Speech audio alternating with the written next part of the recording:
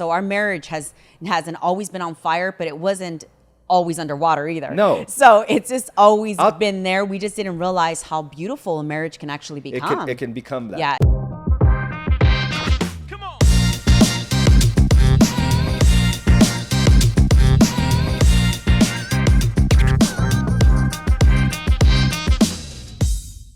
Went from black.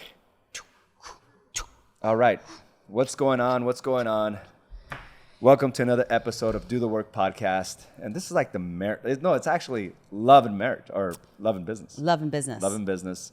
And we're doing so many podcasts, I'm getting confused here. So anyway. Tell me about it. I rushed in here. A lot of things have happened in the last week. You know that, Carla. I know. You know, we've had since the last time we were here. Yeah, you know what? We decided to put ourselves back on blast. No, listen. It's even beyond that. What? Since last week, you can talk about arguments. I've become TikTok famous. Oh, my word. I have followers. I have thousands of likes. Yes. Oh, my word. I will even do a duet with you if you'd like. Okay, just to see if you can. I have my own people. I'm just saying, I just became TikTok famous, and I'm liking it. I have my own people. And one of the things that we did is we started giving these marriage tips, right? Mm-hmm. And it's starting to be a hit. It's like I'm going to tell you why it's a hit, because they're actually legit marriage tips. And what you guys don't see is when we give these tips, we fight half the time in the studio. No, you know what? We argue. That's the irony of this, right? That's the irony of this. Here we are, tips and we're arguing, giving marriage tips. The next thing you know, we're like frustrated with each other, and it's because you always go off script. Yeah, and you're always impatient. And we want you're everybody like to not see that. going down the routine we're supposed to. Yeah, so the marriage tips are awesome. I think they're great, but at the end of the day, those tips really tick us off. Yeah, they tick us off. Yeah, TikTok is ticking me off. We really, and then do we really need to do this? No, yeah, that we always after we leave the studio, we're like, is this even necessary with these whole tips things? It's BS. Man, and then but we get those views. And then we have tips all weekend because we write this stuff down. We get in an argument, or we disagree, or you're mean, you're impatient. I'm like, that's a tip right there. That is a tip. Write that down. And then we come into the studio and we give the tip. Here's the biggest problem, I think. And I think I've already narrowed it down to one specific problem. You can't wait to talk. I know.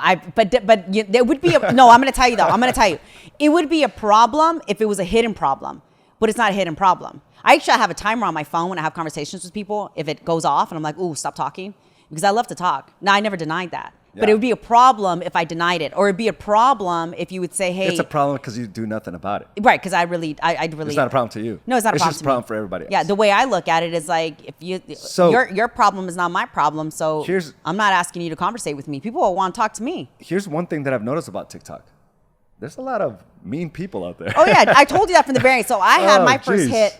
1 point something million. I had a couple million views. Actually, I'm pretty big on TikTok too, but my followers have fallen only because I really don't follow it that much. I kind of took myself off TikTok. I'm gonna tell you why. Because they're vicious, man. They're mean. They're vicious. And you can only fight with them so much because they really don't exist. And then the people that do exist, you're like, you know me, don't you? You know me. You know me. But they have like this but you have like this anonymous username 555899910, right? Like one of those usernames. Yes. I'm like, you know me, fool. You don't like me. But I actually logged off, and it took me a couple of months to come back. So I have to kind of rebuild my viewers again. Yeah, but they're vicious. There's vicious little trolls. But no, that's they're okay. trolls. They're hidden. Yeah, and they know you. It's so funny. It's just so many people have told us. You guys are going to divorce like right away. It's like we've heard that since day one. Oh, they tell you who wears the pants in the family. Who wears the pants and who this. But I think what people don't know, these new viewers, I think people who don't know, who just been listening to us, that we've been together. We just met the first year. Yeah. If they only knew, we've known each other since we were 19. Yeah. 19 years old, man. We've known each other forever.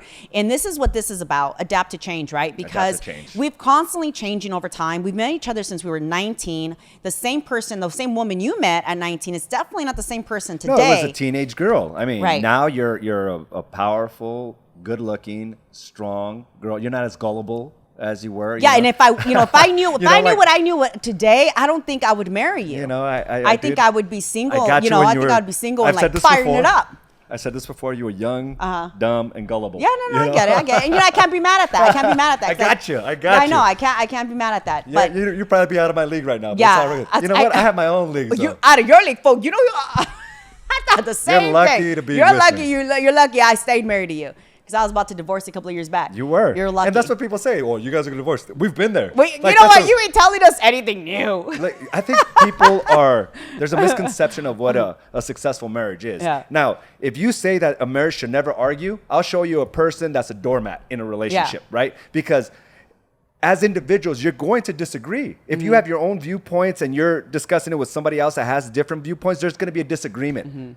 You know, so if you're telling me that a perfect marriage means you never argue, never disagree, I'll show you a marriage that has a doormat as part of that marriage. Yeah. You know, where they're just taking everything and not really voicing who they are. And I've had, you know, we've coached a lot of those couples that we're not here to keep you together and save your marriage. We're just here to give you these tips and find yourself. There's another tip out there that's actually really No, we're just going to talk to one tip here. Oh, no, you didn't. Did you no, because you were going to see, we were going to go veer off. So we're just talking about tip. Yeah, I got to bring you back. Dang, but I really had some insight to say. All right, go ahead. I was going to say, and one of the tips out there, we talked about not adapting to change. So the opposite of it, right? Of now allowing your significant other, your spouse, your partner, whatever, to completely just change and stay out of their way and just let them be themselves. And I don't know what tip that is, but let them be. Okay, let's just talk about tip number one. Yeah, okay, so what we're doing here is you don't got to get crazy. I know. It's that we're going to veer off. And you then, don't got to get crazy. But we calm and collected. We're on live. Calm and collected. We agreed. All right, we're going to stay on one subject. All right, go. And here you are going to tip 4, 5, and 6. Because it matched. It came together. But all right. All right. Don't get crazy. Let's just keep smiling. Right. Keep smiling, boys. Keep smiling, boys.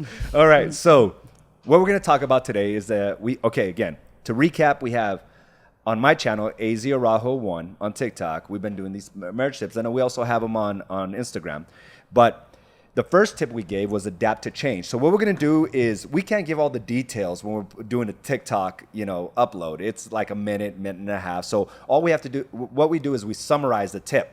But now we're going to elaborate. So what we're going to do during these next few episodes is we're going to elaborate on these tips. Okay, now that we have it down, the first one is adapt to change. So we talked about that, and that got like 900,000 likes or views or whatever that is. Can you explain what we meant by the tip number one, adapt to change? Adapt to change was basically what we just said. Accepting me for who I am, for who I really actually have grown into this woman. Like evolving with you, right? Right. As you turn from a 19 to a 25 to 30, 35 to... What are you looking at? Want to go there? Well, to I'm just 50 saying. To 60. You know what? Let's keep. I gotta say something, Carla. That was awesome. That was what I was gonna go on. Adapting to change and accepting the person as they're changing. So I've never got comfortable in this marriage. There was a time, a very short time frame, I should say. I did too. But it didn't take me long to really realize, like, if our marriage, and I've never wanted to say it's not forever. When you get married, you're going to assume that this is forever. But there came a point in our lives and our marriage that it made me second guess, is this forever? So that to me was like, okay, we need to make some changes and we need to stop getting comfortable in this marriage. We were settling, right? When people say you got to settle down, we literally took it for what it was. I mean, we started just not caring for ourselves as much as we used to. So we started being this was years back, and this is why we gave one of these tips, because we thought about this tip, adapting to change. So we stopped in our tracks years back and say, you know what, we can't get comfortable. We need to continue being selfish and taking care of ourselves. If we really love ourselves, if we really love this marriage, if we really love one another, we're going to be selfish in our health, overall health, the way we look, the way we feel. I want to make sure I show up to you feeling sexy, looking sexy every day, the way you met me, in which, by the way, I still fit in the same pants. They're 19. I've actually have a little bit more curves, more muscle on me, but I've never got comfortable. Great. Thank you. I appreciate that. So that tip was very important, because a lot of people, if you wouldn't adapt to that change, you almost feel left behind. So you feel like, well, my wife's taking off. She's looking like a 10. I'm looking like a 1 still, or vice versa, right? So you accepted that change. I've accepted your change, that we are going to live selfish. And what that means is selfish and taking care of ourselves. If I love you so much, I'm going to right? be Not selfish. Adapting to change as they start regressing. No. If they start becoming, someone who doesn't care for themselves, someone who doesn't continue to push or grow and expand. I'm not saying go down that path where you must accept something like that. What we're saying is you have to push yourself so that your partner will adapt to your change, and then you will adapt to their change. So is this... You want to be a great positive influence to the individual. Yes. And, you know, there's a lot of times when we have couples like, well, what happens if my partner doesn't want to change? Well, that's a decision you have to make. If you are willing to live in those sacrifices of like, it's okay, let me be a 10 and my wife or my husband be a 1, then you have to understand you can't throw that in their face. You have to be there with happiness, love, caring, and patience, right? But if you think you can't handle that in 5, 2, 6 years from this point, you might want to make a decision. Yes. Because you staying there is not fair to the other person, and it's not fair to you. Because you're probably mistreating that person at that point, right? If you're operating a 10, what you're doing is just putting their nose into it. Or wanting them to adapt to your change when they're not wanting to change. Yeah. And that's the real outcome that could come from this. It's like not every marriage is made to last. And well, statistics show that. But what I'm saying is, you know, your job is just to take care of yourself first and foremost.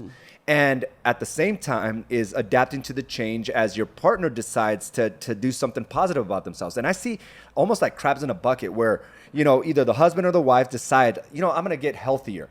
And all the other partner does is try to influence them not to be healthy. Yeah. Hey, we don't go to restaurants anymore. Hey, you're not drinking anymore. Hey, we're not having fun anymore. And that's something that happened with us. Or when you decided to not drink a while back, right? Because it became a big part of our lives. You just said, I don't like the way it makes me feel. I'm not going to do this anymore. And I try to guilt you into it because I was saying, well, we can't even go out anymore. We don't do this anymore. We don't do that anymore. But you realize that either I adapt to that change, but you didn't rub my nose into it. No, I accepted you. And this lasted for about a year and a half of me not drinking, you drinking. But it wasn't a bad thing. You weren't an alcoholic or anything, but I just said no to alcohol. Yeah. But yeah, that's when I kind of drew the line. But I had so much patience because I really didn't care. I figured, why do I need to do what you do? And why do you need to do what I do? You became that greater influence. Yeah. Yeah. And adapting to changes. But I didn't rub it in your face. No, I supported you 100%. I didn't see you as a big drunk or anything or alcoholic, but I just didn't say, I didn't go along with it. And I'll tell you what, that influence really rubbed off on me because at some point I was like, you know, what's the point? Yeah, and you never told me. I think we went out one night and you didn't order a drink, you ordered water, and that really surprised me. But I didn't even say, wow, you're not drinking. I didn't say anything. I knew it's like, okay. It's kind of like saying somebody that you know, you stick to your guns, you're eating healthy, and then your partner decides to eat healthy. You don't want to call them out. Oh, now you decide to eat healthy? It's like, it's just adapt to each other's growth, to the expansion. Don't be that crab in the bucket where you're pulling that person down and just settling and being mediocre. Yeah. And that's the problem. I think marriages are in that mediocre space. We were there. Yeah. They're not trying to push it. They're not trying to excel it. And one of the things that I said, and I got a lot of grief for this, is like, you know, when we said that the last 5 years have been really, really good, what we're trying to describe there, it's not that we had 15 years of just dysfunction. There was some dysfunction in there. What we're saying is that the last 5 years, we realized there's another level, greater levels to our relationship. Yes. Much more connected, where we're having fun, where we're enjoying each other's company, even before when we met when we were 19 years old. Yep. And we got married at 23 years old. That's all I'm saying there. It's not saying like we had this dysfunctional, beat up marriage for many, many years.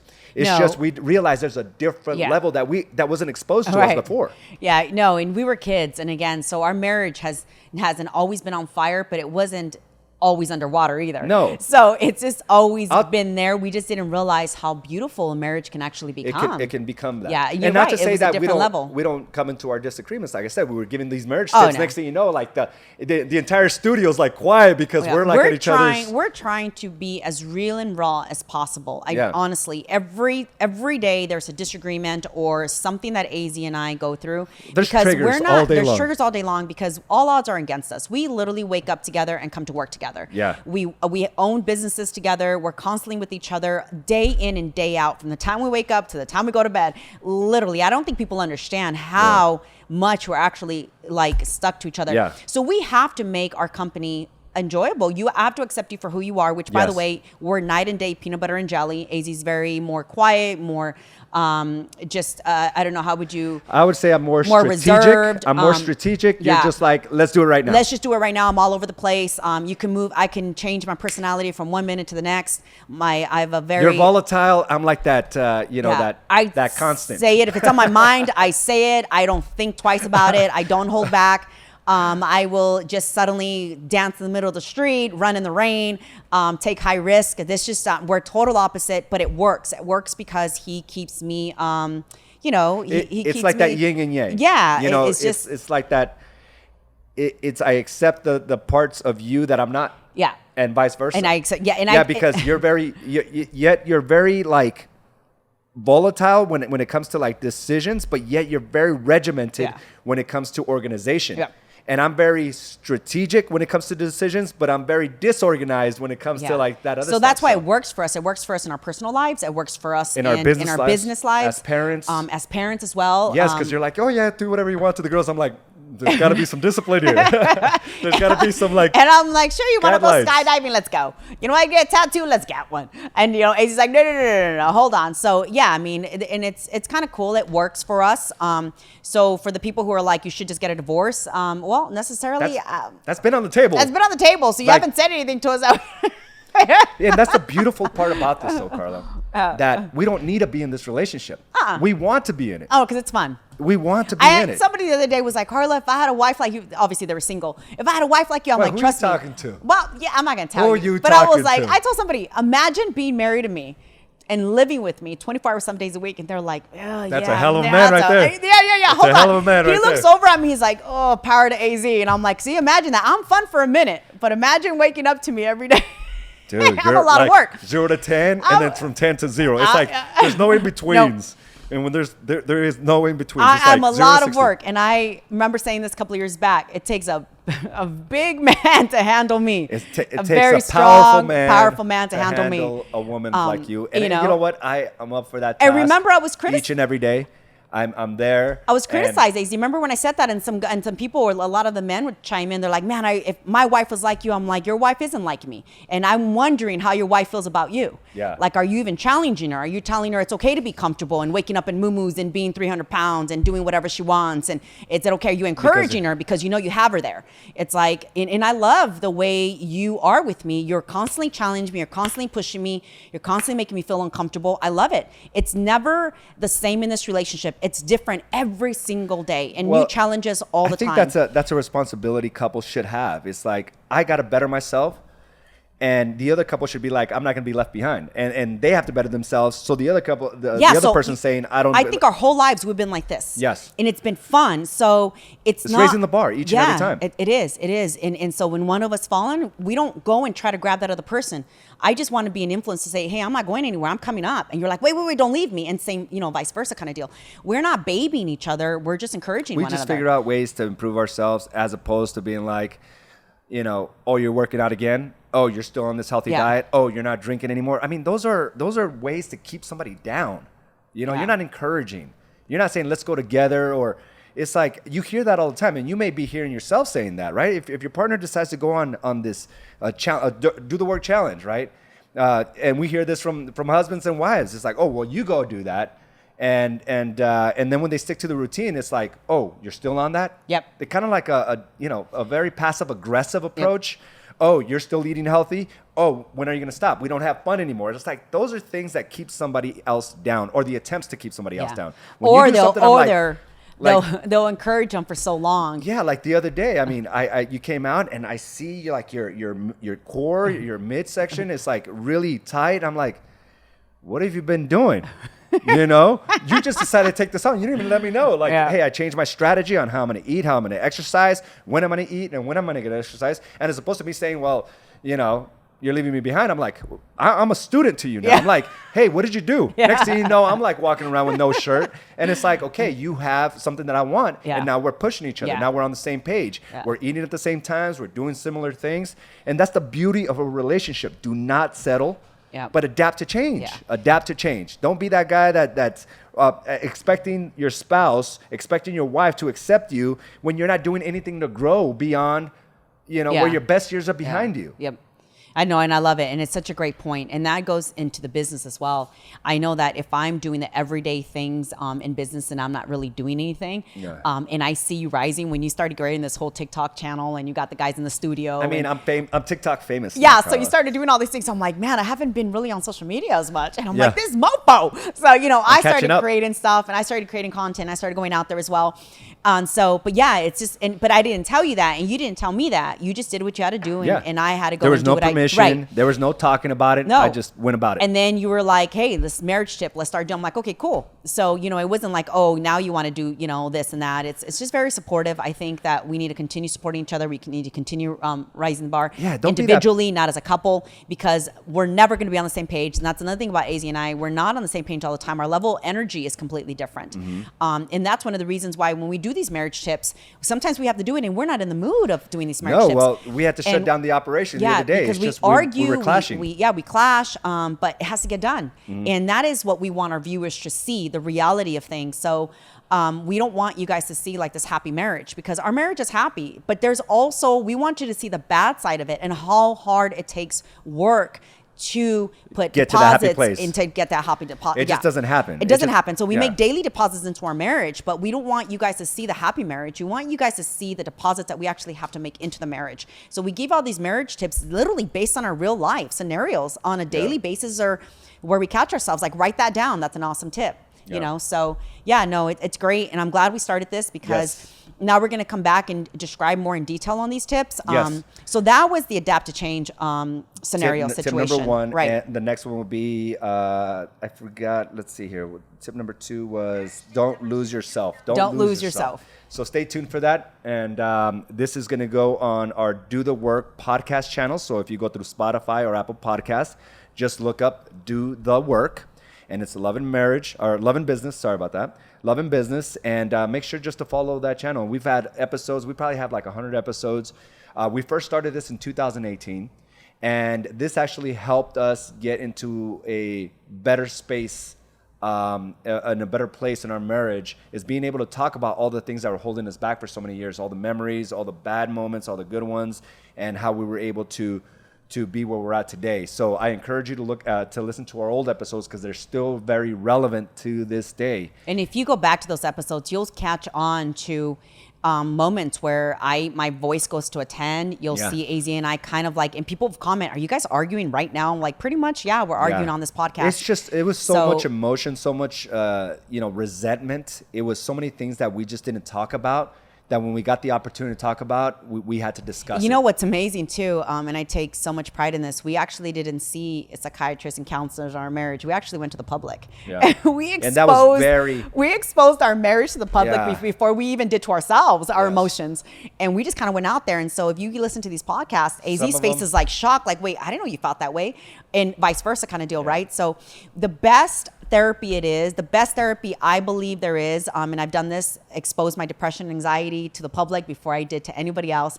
The best therapy there is to expose yourself to the highest level over and over again until it is numb.